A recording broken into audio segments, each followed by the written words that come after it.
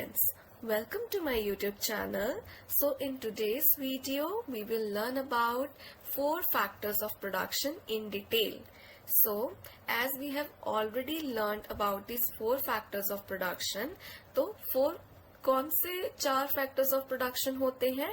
एक होता है land, एक labor, capital and entrepreneurship. तो आज हम इन चारों फैक्टर्स ऑफ प्रोडक्शन को डिटेल में रीड करेंगे और लाइन बाय लाइन रीड करेंगे. Okay, so let's start with the video. Land. So हम ये पूरा पैराग्राफ अच्छे से रीड करते हैं. जो चीज समझने वाली है वो मैं आपको समझाऊंगी. Land is a gift of nature. We all know land जो है वो फ्री गिफ्ट ऑफ नेचर है. इट इंक्लूड्स प्लेन रीजन है, यहाँ पे माउंटेन्स है, प्लेट्यूज है. The plain region is useful for agriculture and industrial activities.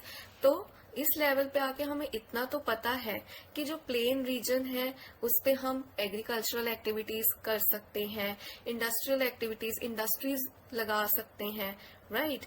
Mountains पे हम क्या कर सकते हैं? Mountains ensure flow of reverse into the plain reason and provide facilities for tourism. तो माउंटेन्स, हम जाते हैं हिल स्टेशंस में टूरिज्म करने, राइट. तो बहुत अच्छा व्यू देखने, राइट. जैसे शिमला हो गया और बहुत सारे ऐसे हिल स्टेशंस हैं जहां हम घूमने जाते हैं, राइट. तो लैंड जो है, ये हम क्या पढ़ रहे हैं कि लैंड के क्या क्या यूजेस हैं. ओके, सो जो प्लेट्यू रीजन है वो हमें क्या प्रोवाइड करता है, उसमें क्या पोजेस करता है? रिजर्व्स ऑफ मिनरल्स मिलते हैं, फॉसिल फ्यूल्स मिलते हैं, फॉरेस्ट कवर है, right. Production of food grains, vegetables, fruits, ये सब हम प्लेन लैंड पे करते हैं, right. Require agricultural land in the plain region. Plain region पे हम एग्रीकल्चरल एक्टिविटीज करते हैं, राइट.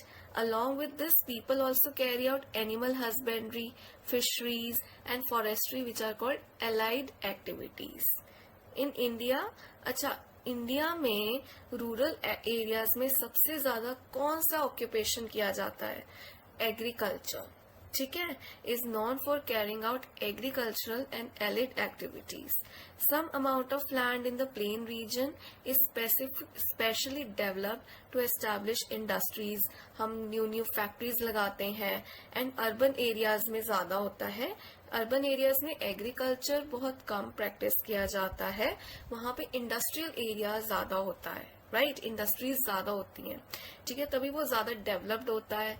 और जो रूरल एरियाज हैं उनका मेन जो ऑक्यूपेशन होता है वो agriculture and its allied activities, right. And urban area such as towns and cities. तो this is very very easy कि लैंड के क्या क्या यूजेस हैं. लैंड जो है एक फ्री गिफ्ट ऑफ नेचर है. इसमें प्लेन रीजन होता है, माउंटेन्स होते हैं, प्लेट्यूज होते हैं. ये हमें टूरिज्म प्रोवाइड करता है. हम एग्रीकल्चरल एक्टिविटीज कर सकते हैं, हम इंडस्ट्रीज लगा सकते हैं, राइट. तो यही है, ठीक है. तो एक फैक्टर ऑफ प्रोडक्शन हो गया लैंड. अगर हमें कुछ भी प्रोड्यूस करना है तो हमें एक लैंड की जरूरत तो है, राइट. चलो, नेक्स्ट फैक्टर ऑफ प्रोडक्शन है labour. Okay, so in general, labor implies the human effort through physical and mental exertions in the production of goods and services. तो हमें कोई भी गुड प्रोड्यूस करना है, कोई भी सर्विस देनी है, तो उसमें कोई इंसान तो अपना पर्सन जो ह्यूमंस हैं अपना एफर्ट पुट करते हैं, उसी को हम लेबर कहते हैं. जैसे a person working on the agricultural field is said to provide his physical labour, ठीक है. जो एग्रीकल्चरल फील्ड पे अपना काम कर रहा है उसको वो अपना फिजिकल लेबर दे रहा है. अगर हम कोई आईटी इंजीनियर है ना, तो हम सपोज टीचर हैं तो हम अपनी मेंटल लेबर दे रहे हैं, राइट. हमारी मेंटल एबिलिटीज ज्यादा यूज होती है, राइट. तो वाइल जो राइटर है वो अपना मेंटल लेबर दे रहा है, यही कहा गया है इसमें. People who provide labor are known as human resources. अच्छा, ये एक बहुत अच्छा कीवर्ड है, ये मैं लिख देती हूँ. Wait for a second.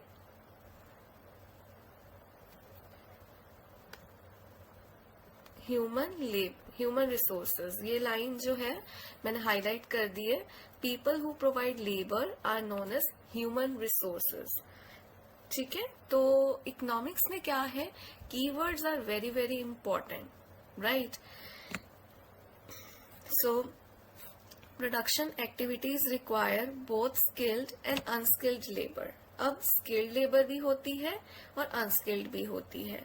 देखो जैसे इंजीनियर्स हैं, डॉक्टर्स हैं, तो ये these are professionals, you know, so they are providing their services, they are skilled labor you can say, because they are providing their mental labor, right.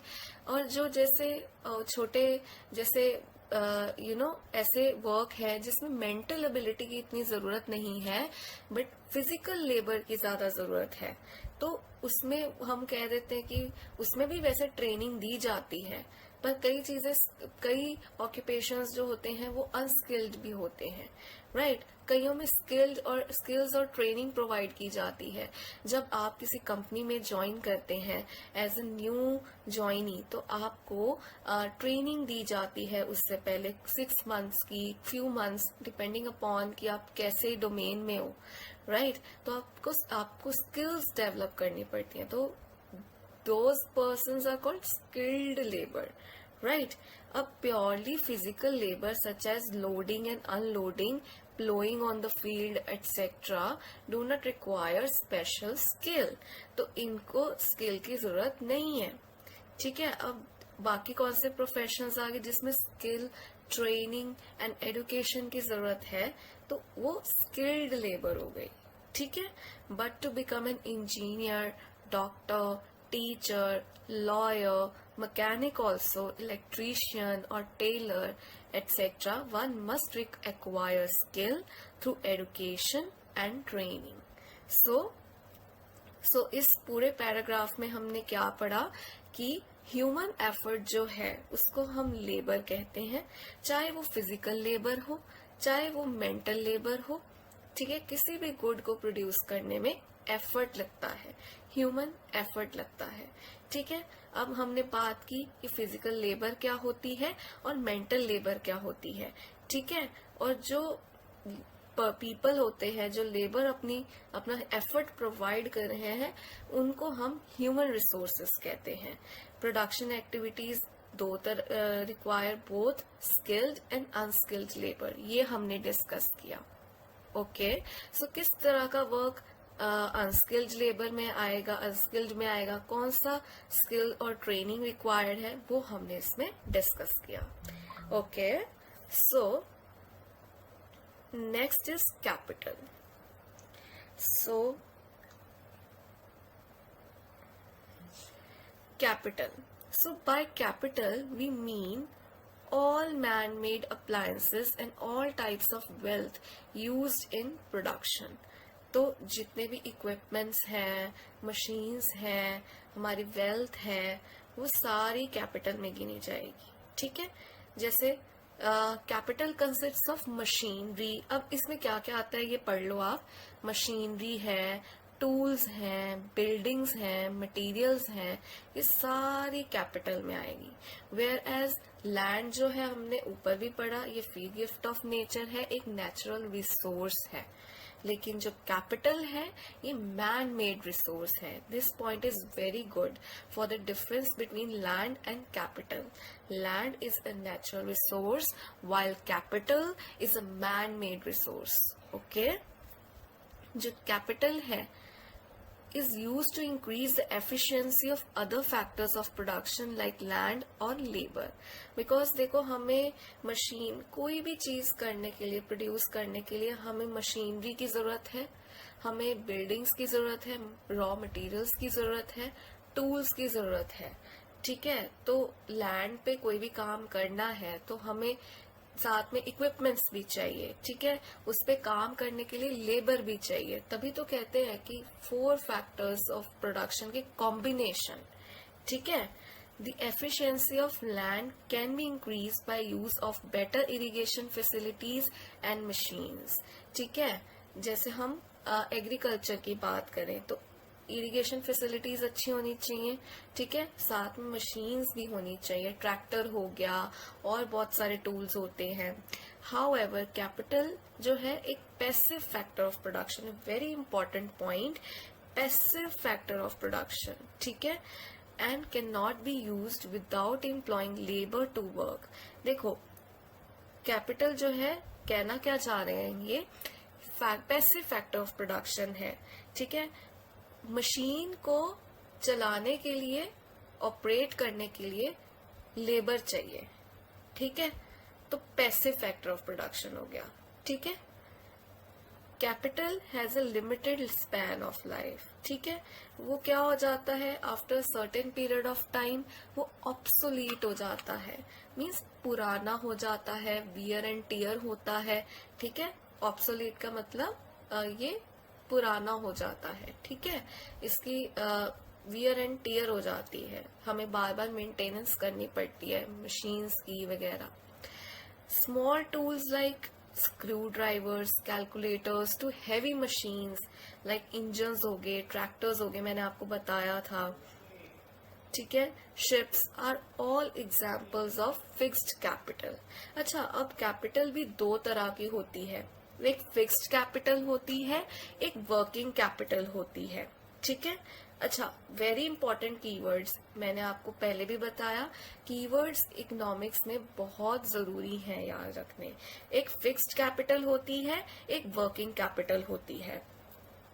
तो जो मतलब जैसे बिल्डिंग्स होगी, बड़ी बड़ी मशीन्स होगी, हैवी अप्लायंसेस होंगे, वो हम बहुत जल्दी जो है चेंज नहीं करते, तो वो हमारे फिक्स्ड कैपिटल, लाइक बिल्डिंग हो गया, तो और ये ना बहुत सालों तक हम यूज कर सकते हैं, ठीक है, so as they can be used in production for many years, so that is why they are called as fixed capital. एक बार रिपीट करते हैं, जैसे हैवी मशीन्स होगी, इंजन्स हो गए, ट्रैक्टर्स हो गए, स्मॉल टूल्स हो गए, ये काफी देर तक हम यूज कर सकते हैं, काफी सालों तक चल सकते हैं, इसको हम फिक्स्ड कैपिटल कहते हैं। एक होती है वर्किंग कैपिटल, जो हमें रोजमर्रा, जो डेली डे टू डे हम न्यू यूज करते रहते हैं, लाइक रॉ मटेरियल्स एक चीज की प्रोडक्शन में यूज हुए तो नेक्स्ट प्रोडक्शन निकालने के लिए हमें और रॉ मटेरियल्स चाहिए, तो ये टाइम टू टाइम हम लाते रहते हैं, तो इसलिए ये वर्किंग कैपिटल हो गई, ठीक है। फिक्स्ड कैपिटल में और क्या आ गया, मैंने आपको पहले ही बताया था, also includes the buildings and heavy machines. I think it is clear right now. The working capital includes raw materials like cotton, yarn, clay, seeds हो गए, fertilizers हो गए, which are used up in the process of production. जो production process में बार बार time to time use होते रहते हैं और हम इसको लाते रहते हैं, that is called working capital. So two keywords, fixed capital and working capital. So I think till now it is clear, हमने कैपिटल में क्या क्या रीड किया है, कि कैपिटल जो है दो तरह की होती है, कैपिटल में मशीनरी, टूल्स, बिल्डिंग्स, मटेरियल्स ये आ जाते हैं, ये एक पैसिव फैक्टर ऑफ प्रोडक्शन है, क्योंकि लेबर चाहिए मशीन्स को ऑपरेट करने के लिए, राइट, नहीं तो खुद कैपिटल कैसे यूज होगी, किसी न किसी को रॉ मटेरियल्स लाने पड़ेंगे, किसी न किसी को मशीन ऑपरेट करनी पड़ेगी, right. Okay, so the last one is entrepreneurship, very important. तो इसमें अब क्या है, somebody must take the initiative. अब जैसे एक फार्मर है, उसे काम करना पड़ेगा, वो एक entrepreneur की तरह हम ले लेते हैं, उसे इनिशिएटिव लेना पड़ेगा कि यस अब मुझे प्रोडक्शन करनी है फूड ग्रेन्स की, मुझे वीट प्रोड्यूस करना है, ठीक है, तो कोई पर्सन चाहिए, तो वो entrepreneur हो गया, right, of goods and services by bringing land, labor and capital together in right proportion, ठीक है।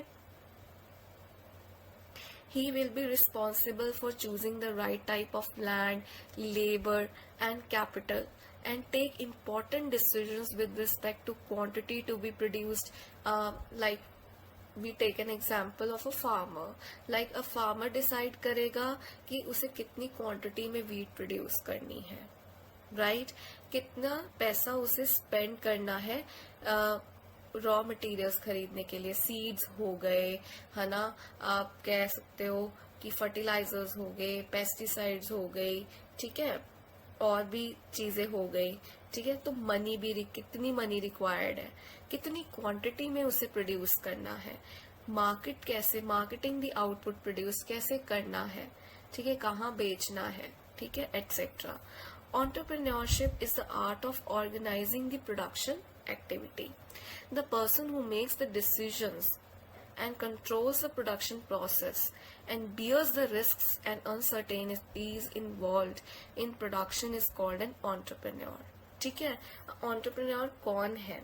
अब देखो फार्मर की हम एग्जाम्पल लेके चल रहे हैं, ठीक है, वो इनिशिएटिव ले रहा है कि उसे वीट प्रोड्यूस करनी है, उसे डिसीजन लेना है कि उसे कितनी वीट प्रोड्यूस करनी है, उसे कितना पैसा लगाना है, रॉ मटेरियल्स भी तो इकट्ठे करने हैं, ठीक है, और कैसे उसको सेल करना है, ठीक है। और सपोज अगर कोई बारिश बहुत ज्यादा हैवी रेन हो गई तो अगर क्रॉप फेलियर को भी उसे देखना है तो पेस्टिसाइड्स कौन से यूज करने हैं, अनसर्टेनिटीज भी होती हैं, कभी कभी क्रॉप फेलियर भी हो जाता है, ठीक है, तो वो एक एंटरप्रेन्योर है। ऐसे ही बिजनेस में होता है, ओके। तो उसे क्या होनी चाहिए, जो एंटरप्रेन्योर है उसे नॉलेज होनी चाहिए, ही और शी शुड बी नॉलेजेबल, उसे उसमें करेज होनी चाहिए और उसमें लीडरशिप क्वालिटीज होनी चाहिए, राइट। तभी तो वो रिस्क लेगा, तभी वो डिसीजन राइट ऑप्टिमाइज डिसीजन बना पाएगा। ऑब्जेक्टिव क्या है एंटरप्रेन्योर का? maximum production, to get maximum production by using the given resources and make arrangements for the sale of the finished products. जो finished product हमने बना लिया अब उसको sell करना है, ठीक है। अब he or she is also responsible to make payments to other factors of production, okay। अब जैसे पेमेंट्स किसको देनी होती हैं, लेबरर्स को क्या देनी होती है, हमने देखा कौन से रिवॉर्ड, वेजेस। लैंडलॉर्ड्स को क्या पे करना है, लैंड के ऑनर को क्या पे करते हैं हम, रिवॉर्ड देते हैं, रेंट, ठीक है। और ऑनर ऑफ कैपिटल उसको क्या देते हैं, interest, in return for their जो भी उन्होंने सर्विसेज प्रोवाइड की हैं। और इन रिटर्न जो एंटरप्रेन्योर है उसे क्या मिलता है, प्रॉफिट, ठीक है। Similarly they earn profit for their productive activity. So ये बड़ा ज्यादा इम्पोर्टेंट है, आप इसको अच्छे से रीड करना। सो सिंस दीज पेमेंट्स जो रेंट हो गया, वेजेस होगी, इंटरेस्ट है and profits are received by the factors for their productive services, जो land, labour, capital and entrepreneur है ये सारी रिवॉर्ड्स लेते हैं अपने सर्विसेज प्रोवाइड करने के। तो इसको क्या कहते हैं, इन चारों चीजों को क्या कहते हैं, फैक्टर इनकम्स, क्योंकि फैक्टर ऑफ प्रोडक्शन की ये इनकम है। लैंडलॉर्ड की इनकम क्या है, रेंट है, ठीक है। लेबरर्स की इनकम क्या है, वेजेस है, ठीक है। कैपिटल के ओनर को इंटरेस्ट प्रोवाइड हो रहा है और जो एंटरप्रेन्योर है उसे प्रॉफिट मिल रहा है। तो ये सब क्या हो गया, factor incomes. So very important keyword, factor income, very important keyword. So आज हमने इस वीडियो में 4 factors of production को बहुत ही डिटेल में रीड किया। लैंड के बारे में पढ़ा, लेबर क्या होती है, 2 तरह की होती है, स्किल्ड एंड अनस्किल्ड लेबर, और physical labour and mental labour. Capital के बारे में पढ़ा, fixed capital and working capital के बारे में पढ़ा, और एंटरप्रेन्योरशिप क्या होती है उस चीज के बारे में पढ़ा, एक और बहुत सारे कीवर्ड्स लर्न किए। और फैक्टर इनकम्स एक कीवर्ड है जो हमने आज न्यू कीवर्ड लर्न किया है, okay. So this is all for this video. In the next video I will come with the topic factor incomes. वही तभी मैंने लास्ट में आपको ये वाला कीवर्ड इंट्रोड्यूस किया है, फैक्टर इनकम। अब अगले टॉपिक में हम इनको डिटेल में रीड करेंगे। So till then, thank you, bye bye and have a nice day.